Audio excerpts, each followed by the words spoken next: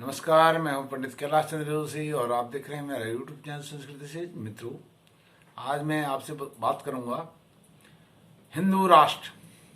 हिंदू राष्ट्र अर्थात हमारे देश में आजकल हिंदू राष्ट्र की बहुत जन जागृति हो रही है, जोर शोर से बहस चल रही है। मीडिया पर, सोशल मीडिया पर जितने भी प्लेटफॉर्म हैं सूचना के आदान प्रदान के, सब जगह हिंदू राष्ट्र बनाने की बात हो रही है। और पहले हिंदू राष्ट्र की बात को आज हम किसी प्लेटफॉर्म पर कहेंगे, एक दूसरे से कहेंगे, इसके बारे में सोच भी नहीं सकते थे, कोई कल्पना भी नहीं कर सकता था। आज सोशल मीडिया पर और टीवी पर, पत्रकारिता में इसकी बहुत जोरदार ढंग से बहस हो रही है। एक नरेटिव, एक विमर्श बना हुआ है। मित्रों, अब ये हिंदू राष्ट्र जो बनेगा, इसको कौन बनाएगा, यह एक बहुत बड़ा प्रश्न है। और हिंदू राष्ट्र कौन बनाएगा, दूसरा यह है कि अब हिंदू राष्ट्र का जो खाका है वह क्या होगा।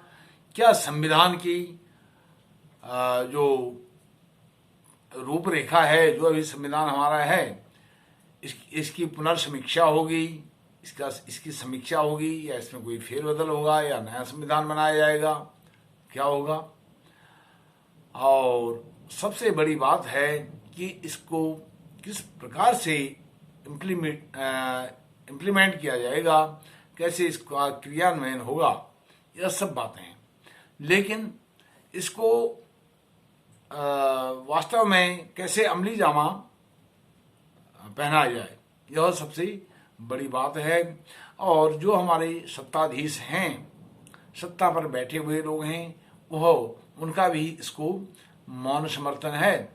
वह भी चाहते हैं कि इस विषय में डिबेट्स हों, बहस हो, नरेटिव बने और एक विमर्श बन करके आम जनमानस में, पब्लिक डोमेन में यह सब बातें आ जाए। उसके बाद फिर देखते हैं इसमें क्या करना चाहिए। और जब लोहा गर्म होगा तब उसमें चोट मारी जाएगी, ऐसा मैं जहां तक रीडिंग अपने सत्ताधीशों की कर पा रहा हूं वह यह है। अब बात यह है, 2024 में आम चुनाव होने वाले हैं, लोकसभा के चुनाव होने वाले हैं। क्या उससे पहले ही कोई इस विषय में जो केंद्र सरकार है अभी वर्तमान, वो कोई निर्णय लेगी? मैं समझता हूं कि इसके हिंदू राष्ट्र के विषय में कोई निर्णय तो अभी होने वाला नहीं है। लेकिन जो इनका मैनिफेस्टो बनेगा भारतीय जनता पार्टी का, और उसमें मुझे लगता है कहीं ना कहीं इसका जिक्र वह जरूर करेंगे। हिंदू राष्ट्र का जो एक नैरेटिव बना हुआ है, विमर्श बन रहा है, यदि वह अपने मैनिफेस्टो में इसको डालते हैं कि भारतीय जनता पार्टी हिंदू राष्ट्र बनाएगी या बनाना चाहती है, इस तरह का कुछ भी वो डालते हैं, तो फिर समझ में आएगा कि हाँ भाई, इनका मंतव्य क्या है। जैसे 370 धारा 35A, इसको लेकर के पहले से जनसंघ के समय से ही भारतीय जनता पार्टी का जो मातृ संगठन है वह भी इसकी पुरजोर वकालत करता रहा और फिर बाद में उसको अभी इस सरकार ने निरस्त भी किया 370 धारा 35A को, और भी कई काम हुए। तो राम मंदिर का निर्णय एक अदालत से आया, वो भी हम सब जानते हैं, लेकिन हुआ इस सरकार के दौरान। और यह दोनों चीजें, राम मंदिर का मुद्दा और 370A 35A का, यह पहले से ही इनके मैनिफेस्टो में था, चाहे जैसे भी बनाने की बात थी, लेकिन वो उनके उसमें था। इस प्रकार से अब इनके यूसीसी भी है और इनके उसमें, और सीए भी था। सीए तो इन्होंने कानून भी बना दिया, उसको इम्प्लीमेंट नहीं किया, उसका नोटिफिकेशन नहीं किया।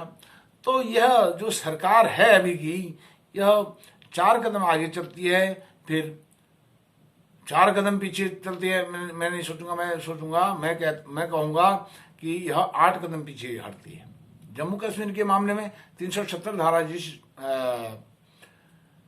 हिसाब से इन्होंने हटाई थी और लोगों को जो आकांक्षा थी इनसे, उसके अनुरूप उसके बाद इन्होंने काम नहीं किया अभी तक कुछ भी। हाँ, वहां पर बहुत परिवर्तन हुए हैं। जो घटनाएं दुर्घटनाएं होती थी आतंकवादियों के द्वारा, उनमें कमी आई है, शांति आई है, सब कुछ आया है। लेकिन जैसा इन्होंने वहां पर करना चाहिए था, शासन संभालना चाहिए था, प्रशासन चलाना चाहिए था, वैसा वहां पर चलता हुआ दिखता नहीं है। उसी प्रकार से कई चीजों में सीए का कानून इन्होंने बनाया, उसको क्रियान्वयन उसका नहीं किया। कई चीजें किसान बिल लाए, फिर उसको वापस ले लिया। इस प्रकार से तब मैं कहता हूं 4 कदम आगे बढ़ती है, 8 कदम पीछे। तो इस प्रकार से इस सरकार से ज्यादा उम्मीद नहीं है। अब कौन बनाएगा इस हिंदू राष्ट्र को?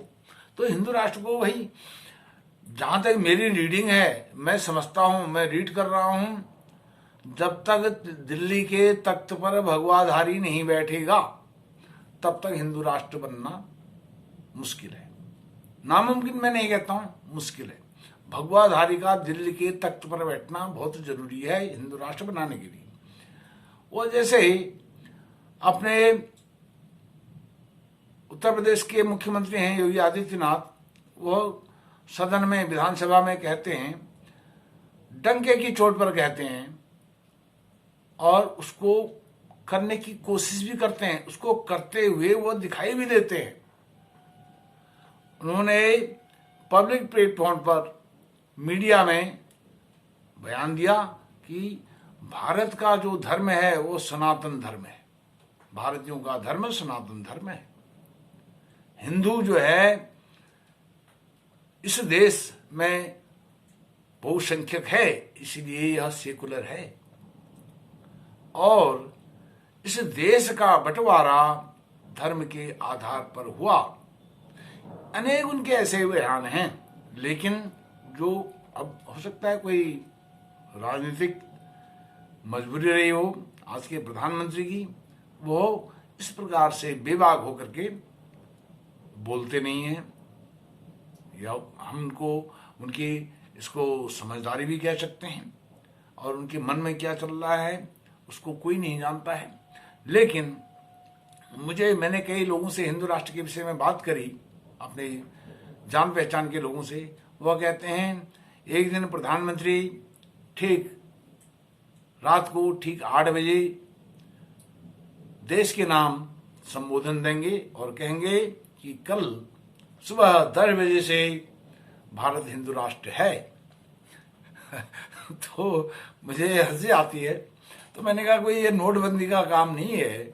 नोटबंदी भाई, पुराने नोट हटा दो, नए नोट छाप दो, ये अलग विषय है। हिंदू राष्ट्र बनाना, उसमें उसकी एक रूपरेखा होगी, एक उसका खाका खींचना पड़ेगा। भाई कैसे वो हिंदू राष्ट्र हो, कि क्या क्या बिंदु होंगे, और जो हमारे अल्पसंख्यक हैं उनके अधिकार क्या होंगे।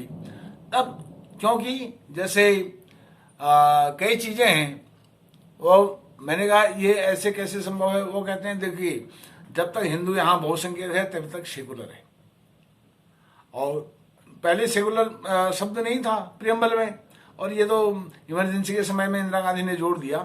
क्या उससे पहले सेकुलर नहीं था? 1947 से तथाकथित आजादी से 76 तक, तो उसके बाद ही सेकुलर हुआ। 76 के बाद आज तक सेकुलर है। तो ये कई कंट्राडिक्शन हैं। बात ये सही है, गले से उतरती है कि जब तक हिंदू बहुलतावादी है, बहुसंख्यक है, मेजोरिटी में यहाँ पर है, तब तक यह सेकुलर है। और फिर नहीं तो फिर यह कॉम्युनल हो जाएगा।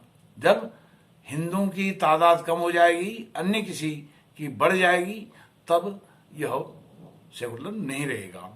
और देश का विभाजन धर्म के आधार पर। तो इसमें कई चीजें हैं, तो इसमें देखना पड़ेगा कि अभी की जो केंद्र सरकार है वो क्या करेगी। दूसरा, जो आसाम का योगी आदित्यनाथ है, अर्थात हेमंत बिस्वा शर्मा, वह भी ये जब तक चार कोनों से, पूर्व पश्चिम उत्तर दक्षिण चार कोनों से चार लोग नहीं आएंगे, तब तक भारत हिंदू राष्ट्र नहीं बनेगा। और सबसे बड़ी शर्त यह है, जब तक दिल्ली के तख्त पर भगवाधारी नहीं बैठता है, तब तक हिंदू राष्ट्र का सपना सपना ही रहेगा। हालांकि यह हिंदू राष्ट्र है। अब भारतीय जनता पार्टी के एक राज्यसभा सांसद हैं सुधांशु त्रिवेदी, वह कहते हैं कि 2014 तक यह भारत, हमारा जो देश है, यह आंशिक मुस्लिम राष्ट्र था, मुस्लिम देश था, मुस्लिम कंट्री था।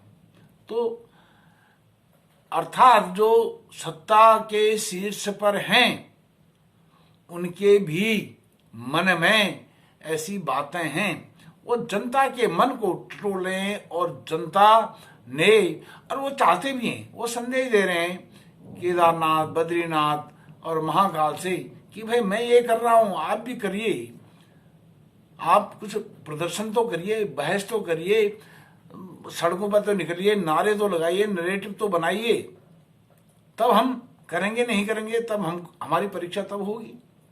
तो यह भी एक हो सकता है। और सबसे बड़ी बात यह है, मैनिफेस्टो में देखना पड़ेगा, इनकी घोषणा पत्र में देखना पड़ेगा कि वह हिंदू राष्ट्र की कुछ बात को कहीं न कहीं से कुछ न कुछ घुमा फिरा करके भी यदि कहते हैं, तब सरकार की मंशा को हम समझ पाएंगे कि सरकार क्या करना चाहती है।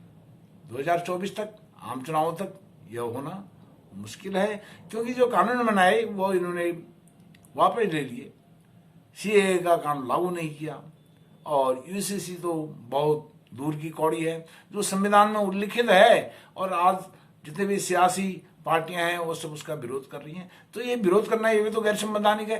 जो संविधान में लिखी हुई चीज का विरोध कर रहे हैं, वर्शिप एक्ट, इसका विरोध हम करते हैं, तुम उसका करो, हम इसका करते हैं। तो हिंदू राष्ट्र में वर्शिप एक्ट नहीं रहेगा, कई चीजें हैं, इसके विषय में फिर बाद में बात करूंगा। मित्रों, यह मेरी हिंदू राष्ट्र के संबंध में वीडियो थी, और मेरे चैनल को सब्सक्राइब कीजिए। इसके लिए हिंदू राष्ट्र बनाने की आवश्यकता नहीं है। बहुत बहुत धन्यवाद, नमस्कार।